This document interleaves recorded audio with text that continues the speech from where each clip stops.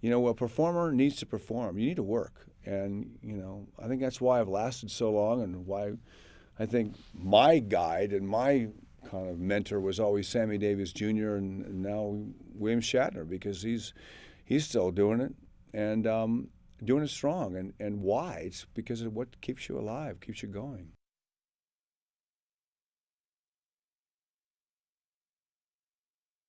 It's a challenge. You know, when Simon Cowell came to me and said, I want you to do America's Got Talent, a new show, I said, Simon, buddy, Simon used to work for me. He was my A&R guy in 1993 with BMG Records in London. And I said, you know, it's a great world when you're more famous than me. And I said, but I don't want to be a judge. I'm a horrible judge. I can't say no. I don't want to hurt people's feelings. I've already been there. Being in show business is how well you deal with rejection. It's a tough business because you get to the top. There's only one place to go, and that's down. And when you go down, you fall far. You know, when you're at the top, you fall really far, and it's hard to get back up there.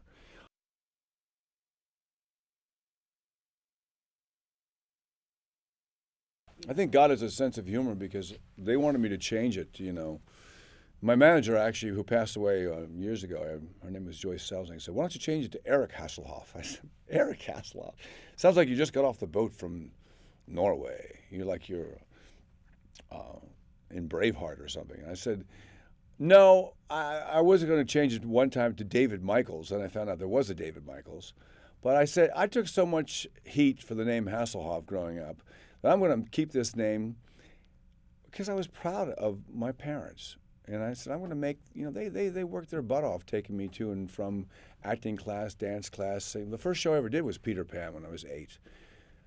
But it's kind of prophetic because now the Hasselhoff has turned into the Hoff, and the Hoff is keeping Hasselhoff out of work, but the Hoff's paying the bills. So I welcome the Hoff. And there's places I go mostly all over the world. No one refers to me as David Hasselhoff. It's the Hoff. Or some people call me the. Hello, the. Or Mr. Hoff.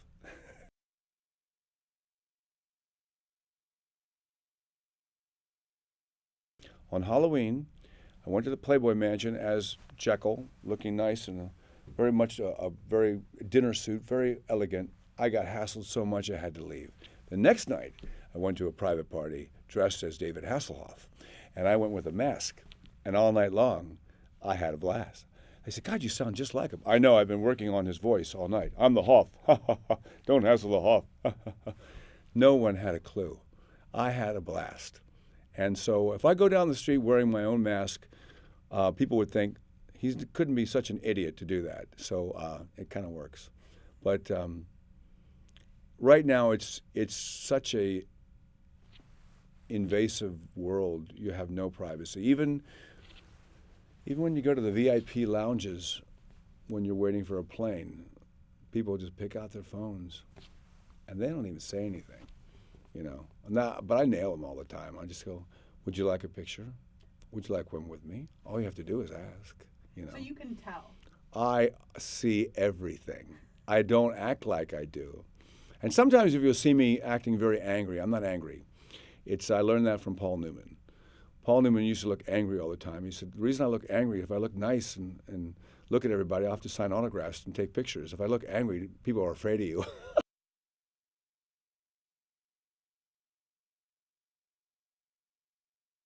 I tell my kids, you know, they've done the same thing. They've done, you know, everybody makes mistakes. I said, it's okay. Tell me about your mistake. Talk to me. Tell me the truth. Because I can defend you and be there for you.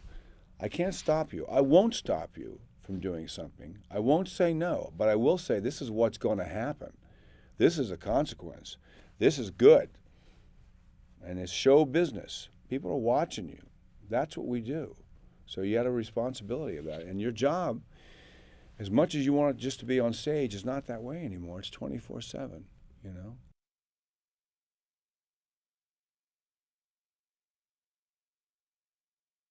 I say no to things that are, you know, that kind of, that that I can't laugh with, that when they're laughing at me, and they try to do something that's a little bit cheeky, that is a little bit um, over the edge. Like the Comedy Central roast is way over the edge, but I knew that. I said, bring it on. This is the night that we're going to go for it and do the craziest, shocking jokes ever, and they have to be crazy. They can't be halfway. I said, you have got to annihilate me, and they did. And it was great. And I was able to annihilate them back in a nice way by getting up, singing a song, walking off, and saying, see you at the bank, you know? And it was great. People who saw it really got in on the joke. It's just the ones where the people try to be funny and they're not, and they're looking for attention. And what the main word in my life in associating with people is respect. And if you don't respect me, you're not going to get that respect back. And that's really what it comes down to. Because 99.9% of the time is okay. But there's certain places where you're at a club or you're at some place, and it's 12 o'clock and people are just starting to lose their minds. Then you want to get out before it turns ugly, because they don't know what they're doing then. So, it's like. I may have been born yesterday, but I stayed up all night.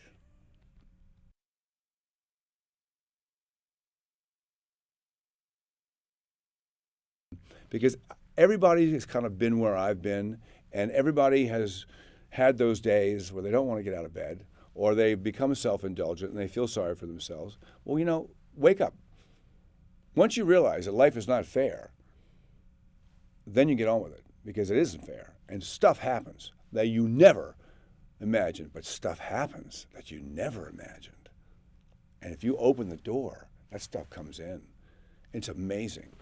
I mean, every time I come to New York, I run into somebody on the streets. It happened to me today. I flew in with somebody that I just made a movie with. I've been trying to get him on the phone for 2 weeks to talk to him about something really important, like the Knight Rider movie. He's on the airplane. How funny is that? And he comes over and says, I know you're mad at me. And I said, no. Well, now you're on the airplane. You can't get away. And I'm going, ding, thank you. How bizarre. Not bizarre. It's amazing. You just got to open yourself up to that. And we call them God shots. And it really is something that I live by. And it's really you kind of creating your own destiny. And it's really difficult at times when you're really tired. And you don't want to go out again. Or you do go on a radio show and they start saying stuff that's, come on, that's going to affect my kids, or something that's really ridiculous. Or you find one out of the 30 people that really, really write something bad, and the kids see it, And then you go, but then, other than that, it's pretty amazing.